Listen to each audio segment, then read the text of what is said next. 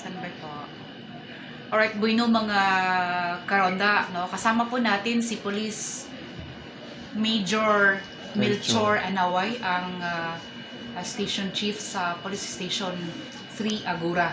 So, Major, since that Oplan Semana Santa is fast approaching, and even though the Oplan summer vacation, ano po pa ang pinaghandaan natin, no? Kasama po ang inyong mga tauhan po? Ayos ma'am. Good afternoon po sa lahat.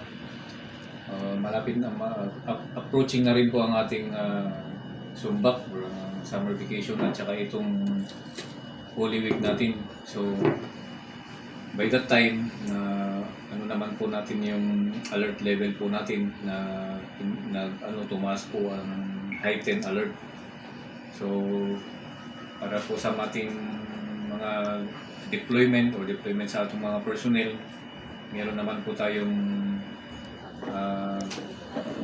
augmentation na mga galing sa ibang mga units.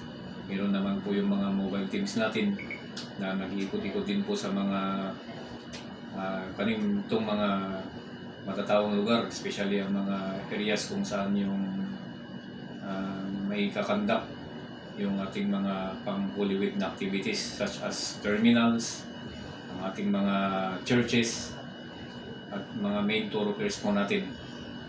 So, meron po tayong i-deploy po na additional personnel po dito sa ating terminal at saka sa church, especially sa Nazareno, considering sa influx ng mga tao na mag-visit sa ating church.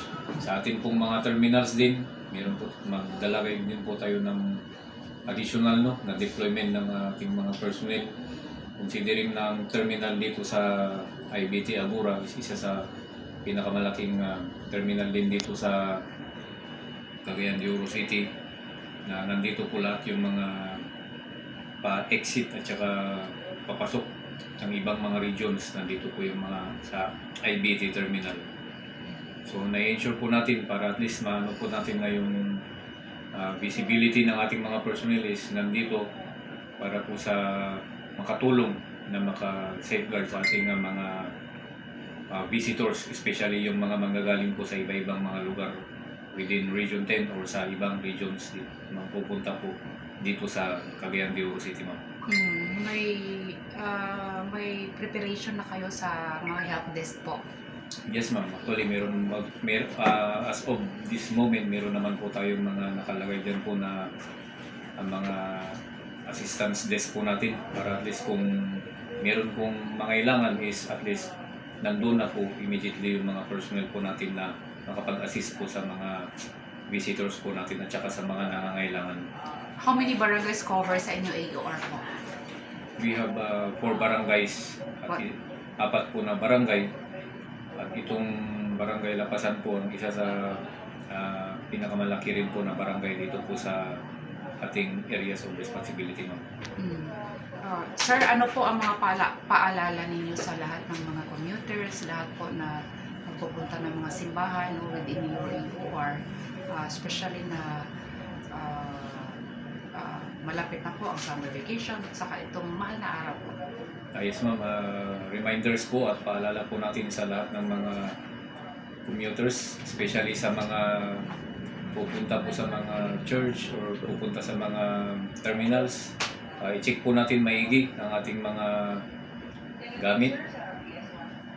Especially pag aalis na po tayo sa ating bahay, siguraduhin po natin na yung mga bahay po natin is nakalock po lahat ng mga pintuan, mga windows or yung mga gates po natin para maiwasan po natin na yung mga would-be violators natin is makakumit ng krimen. Example, itong mga akit-bahay or mga pagnanakaw. Once na makakita itong mga would-be violators po natin ng chance or opportunity is ginagawa po nila yung krimen. Pero pag mapigilan po natin, dahil po sa preparations po natin, maiwasan po natin na makakumit ng krimen itong mga would-be violators po. Sir, regarding naman po sir sa kamakailan lang napabalita na huldapan sa along diversion road po sa Agura. Kumusta na po yung Yes, nangyari? ma'am. Yung regarding po sa incident din po na yun is nakausap naman po natin mismo yung victim din is meron din pong nangyari before sa nangyari yung incident na yun. At ngayon is na-identify po natin or kinakandakan po natin ng investigation kung sino po yung mga suspect or mga culprit na yun. But as of this now, time ay meron na po tayong pwedeng or masasabi po natin, ma-identify po natin na mga suspects doon po sa insidente na yun. Last na lang po na tanong sir. Since malawak naman po ang area na hinahandulan niyo sir, no?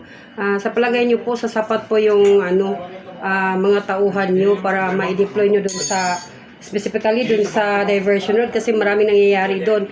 Lalong-lalo na ngayon na na yung Semana Santa.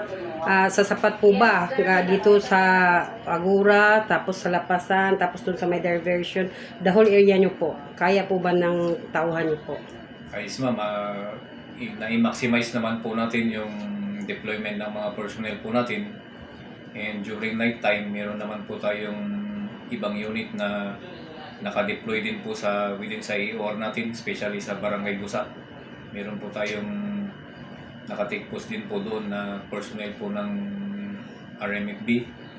Tsaka meron din po tayong in-strengthen din po natin yung coordination natin sa mga barangay police. So sila po yung mga kasama po natin, itong mga force multipliers natin at mga BPATs na nagkakandak ng roving and visibility along the area. So every night nagkakandak po din po naman tayo ng uplan bakal sitan, especially sa mga matataong lugar, para po ma-check po natin kung baka yung mga nandoon na mga individuals is meron silang mga illegal na item na pwedeng makakos ng pwede nilang magamit na makakos ng harm or injury sa ibang mga tao. So lahat po yan is chine-check po natin kada gabi, especially during 10 PM onwards, para po ma-ensure natin na yung lahat ng mga individuals is walang hawak ng mga illegal item.